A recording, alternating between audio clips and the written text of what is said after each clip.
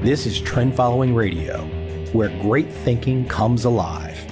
Nobel Prize winners, legendary traders, best-selling authors, and the pros that know what drive us irrational human beings. I am your host, Michael Covel. Not filtered, raw, honest. That's my passion.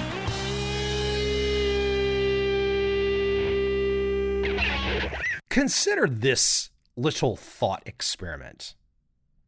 Can you deal with it? 4 years, 1%, 1%, 1%, 50%. Those are your annual returns for a 4-year stretch. Could you accept it? Could you accept that even if buying and holding the S&P was something entirely different? So the majority of people just trusting the system, trusting that stocks will go up forever, trusting that there will never be another 50% drawdown, buying and holding stocks, trusting that. Could you live with 1%, 1%, 1% plus 50%? Could you live without consistency? Now, of course, there's no consistency in S&P performance either, but we have to pretend there is because that's what the majority of people pretend. So I'm not here to debate that particular point right now. But most people like to imagine they can get consistent returns. Where this comes from, I don't know. There's nothing about the human condition, human behavior, buying and selling in markets that's consistent. It's lumpy. It's unexpected. It's unpredictable. We don't know what's going to happen day to day. We don't know the big events. We don't know what will happen next. We can't predict. Now, we always have to imagine before the next something happens that there are forces building up. There's over leverage playing out. Somebody is gaming the system. Somebody is on overtime right now. Somebody is waiting for the noose to come around their neck, but before that noose comes, they're going to look like they're a superstar. They will have all the reputation now. They will look fantastic. And then one day it's all over. But we can't know any of that. We can't know any of that until it happens. We can't know anything until it happens. All we have is the moment of right fucking now. Said in my best stoic, angry stoic perspective, if I was to say it in a nice, friendly Buddhist way, I would say all we have is the moment of right now. But I like all we have is the moment of right fucking now. A little more fun, a little more energy to add the F-bomb. Now, of course, and I've said this on this podcast before, I don't necessarily like that I will throw the F-bombs in there, but it's just, I turn the microphone on, you get the energy, you get the feeling. That's life. So where do we get this consistency thing from? To jump back into the main point. Price moves are not consistent. And price moves are, of course, all we have. Now, I will lay out some alternate perspective on that in a moment because a lot of people think they know where the price is going to go. They have the crystal ball. Many of my friends, many market pros that I know, spend their day showing off their intellect, showing off how smart they are. And don't get me wrong, a lot of these friends of mine are very, very smart, extremely smart. But they're not smart about this prediction thing. They could take all that intelligence and probably do anything else in their life and be a superstar. You name the profession, they could just kill it. Super bright, creative, ambitious individuals. But that ego thing is funny. That ego thing that says, I can tell you what will happen next. Now, it only takes a few minutes of research to realize that no one can do that. No one. Like, I'm not exaggerating. No one. But Mike, there's this one guy over here, he made $1 billion and he predicted tomorrow. Oh, come on, man. Shut the fuck up. You don't have any earthly idea what exactly some random billionaire did to get his money. Now, you might have an idea if they happen to be a trend-following trader. You'd have a really good idea if they happen to be a trend-following trader of how they got their money. But most people, they get lucky. They start a business at the right time. They buy the piece of real estate at the right time. They're born into the right family. Now, that by no means is casting a down look at somebody for how they got their money. I'm not saying that at all. No player hating coming from me. But you got to be realistic. What's a great example of realistic going back a very long time? I want to read a quote. Louis Bachelet, mathematician from France, probably the father of modern finance. Quote, clearly the price considered most likely by the market is the true current price. If the market judged otherwise, it would not quote this price, but another higher price or lower. That backs up my trend following book 100%. Now, of course, that's just one guy. That's not my point. But it is to get you thinking about price. The only price that we can know is the price right now. That's it. We can't know any other price. We can pretend to know another price. We can pretend that we have insight into a price that will occur tomorrow, but we don't know. Now, you could apply some probability to this. You could say, well, I make regular predictions, and here are my predictions, and here are my results. Who the hell does that? No one. All those big-time voices that you can find on Twitter, all those big-time voices across the financial news channels, there's never any kind of historical tracking about their views. They just come out every day with a new one. And that new one has the same energy that the prior one did. It's kind of like this Groundhog Day thing. Keeps repeating. And are you on the repeating wheel with the repeating predictions, not really paying attention that none of it works? I mean, there is only one price. It's the market price. It's the most real, objective piece of data in finance. Anything else is a morality tale. How you feel. How the hell can you bet money on how you feel? I mean, you can, but isn't that gambling? Why not be precise? For example, you have $100,000 in the account. You're going to take a position in XYZ market. You're going to bet 2%. 2% at price level 100. This is just plain math. You have to be precise. And even then, once you are precise by using the market price, it's only predictive somewhat. Because this gets back to something like Amazon and Jeff Bezos. What does Jeff Bezos say about Amazon? We make thousands of bets, and only a couple of those bets become Alexa or the next novel invention at Amazon. It's like the venture capitalist. You place 20 bets, and hopefully one of them becomes something like a Google. So the market price is the best piece of information that we have. But you're only going to be right so many times out of 10 by following the market price. So how the hell do you make money with something like that? Very simply, you have a stop loss. So if you're wrong 7 out of 10 times, you get the hell out.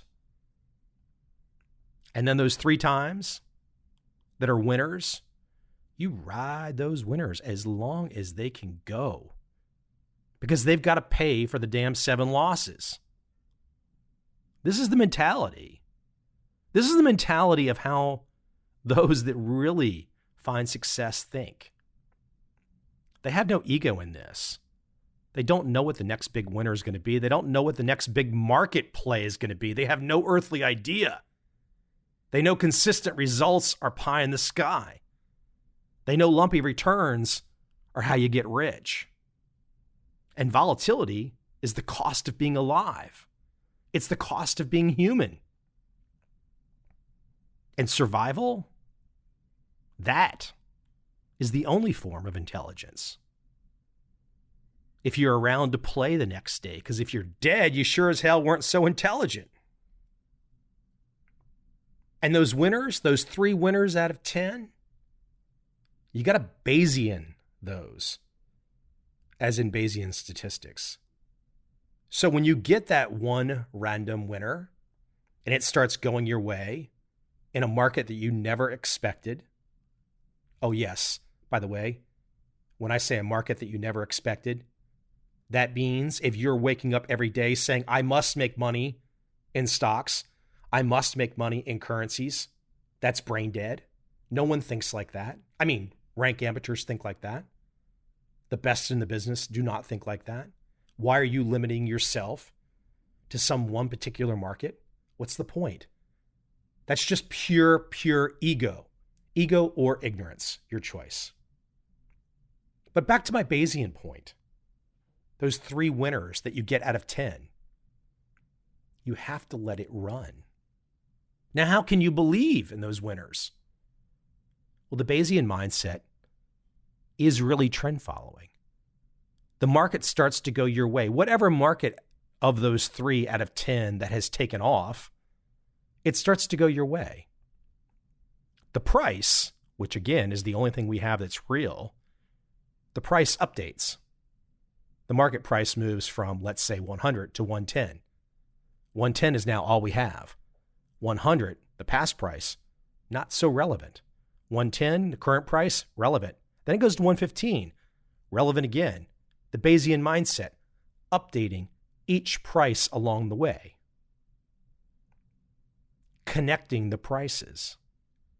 This is where your trend comes from. Your trend does not come from some kind of support and resistance nonsense or some kind of counting waves bullshit. The trend just comes from the unexpected price move. And you get on board, no questions asked, and follow along. There's beauty in this style of thinking because it's much more than just the markets. It's life. It's the lady in your life. It's the children in your life. It's whatever is taking place in your life that's interesting, that gets better. You follow the trend. You know, people always talk about finding your passion. And I've seen Seth Godin speak about this many times. But finding your passion is tough.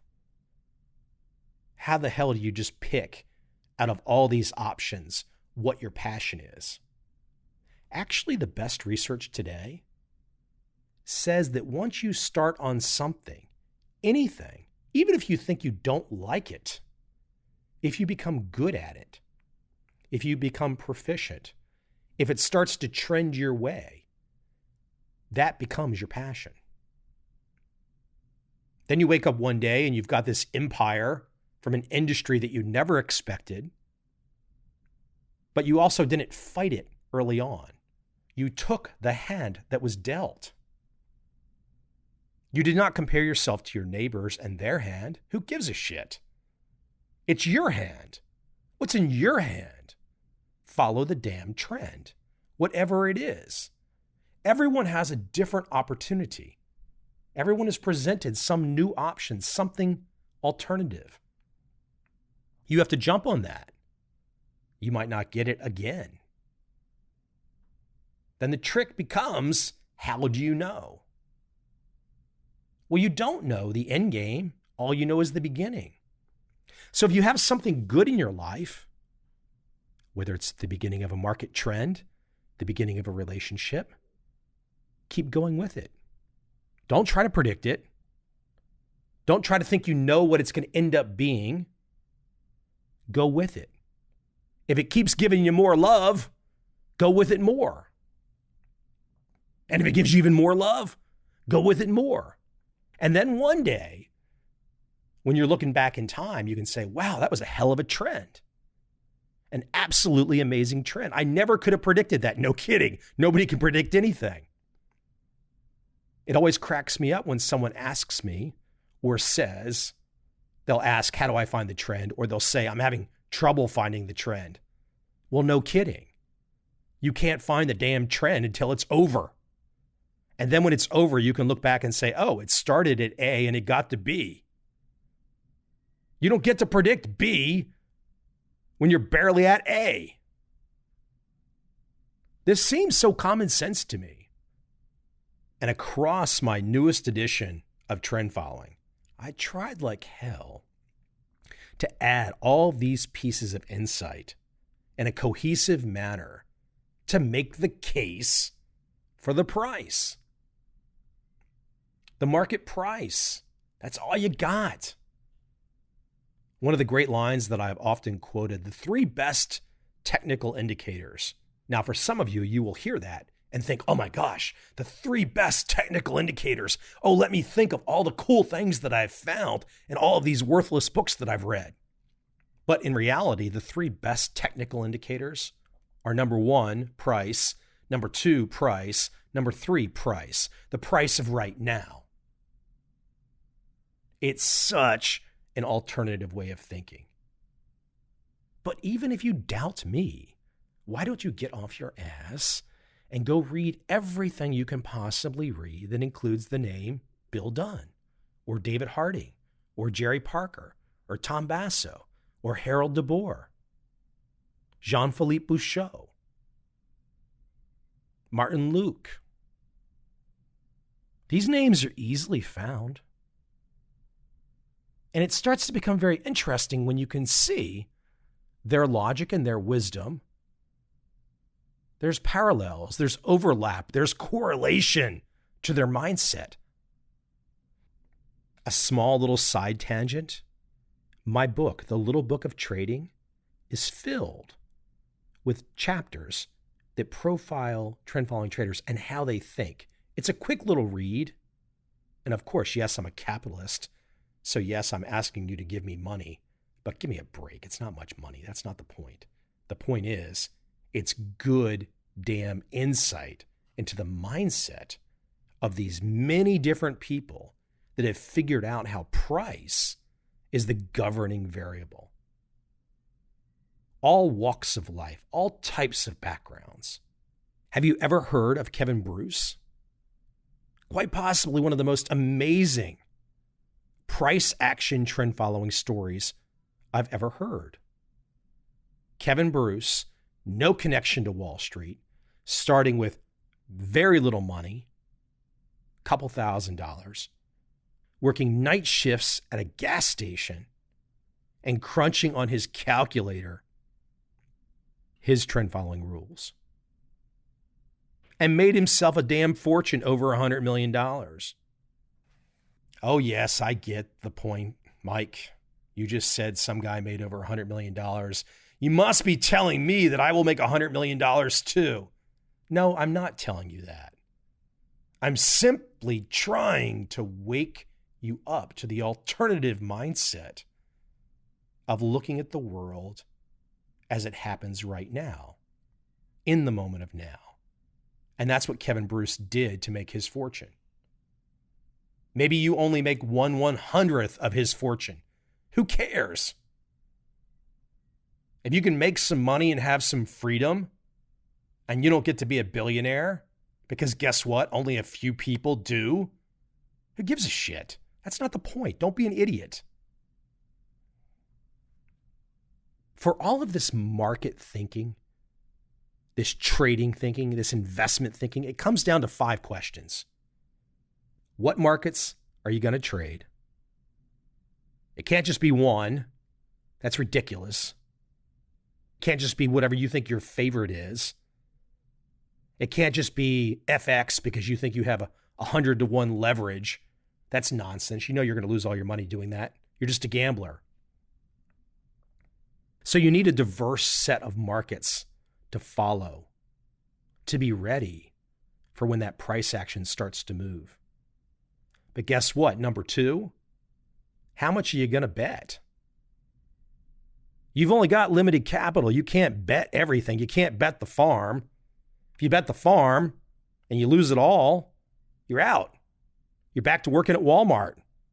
Damn greeter at the door. I go to buy freaking eggs and bacon, and you're at the door greeting me because you bet it all. You don't want to do that. Number 3 of those 5 questions. When are you going to enter? Now, this is the one that everyone just loves to think is the most important one. But if you have a chance to go talk to a guy like Larry Hite, he'll tell you that they've invented random entry systems. But you need an entry, there's no doubt about it. And it's momentum. It's movement. And then it's knowing that 6 to 7 of those 10 moves are going to die, and you got to cut your losses. David Ricardo 101. Number 4, when are you going to get out of that trade with a loss? When are you going to get out of that trade with a win, which is number 5? So there's really only 4 questions, but I kind of say it's 5 because when are you going to get out of a trade with a loss? And when are you going to get out of a trade with a win? Now, mind you, if you think about those 5 questions, what markets are you going to trade? How much are you going to bet? When are you going to enter? When are you going to exit with a loss? And when you are going to exit with a gain? What about those 5 questions says trend following? Those 5 questions are life. Those 5 questions are any investment strategy. Any good one, that is. Now, most investment strategies that people read about, that authors write about, can't answer those 5 questions, not with any precision. Or if they attempt to answer those 5 questions, you have to stay connected to them forever because they are the oracle that will always have the answer for you. And if you don't have them, you don't have the secret sauce. Now, come on, I'm just telling you, that's not the way that it works. You want to have an approach that does not require anyone ongoing except you. You're on a desert island. You're by yourself. You're eating damn coconuts.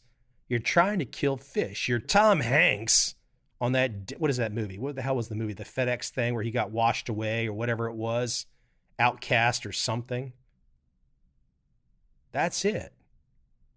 If all you had was price data, the here and now of right now price data, and you got updated each price, each day, 1 price per day, could you trade and be successful? Yes, that means no Twitter voices, no social media voices, no financial news, nothing except the price. I'm really challenging you. I'm challenging myself. I'm challenging us all to just let go of the comparisons to each other, to let go of the nonsense and just fixate on what we can know right now. Because if we fixate on what we can know right now, we can have so much damn success. Life is so much more fun. Who the hell wants to think about the past all the time? And who the hell really wants to think about the future all the time? I mean, I'm just as guilty as the next person about the future thinking. I do my level-headed best every day to bring myself to the present. Because the present, it's all we fucking got. There is nothing else. It's right now, and that's it.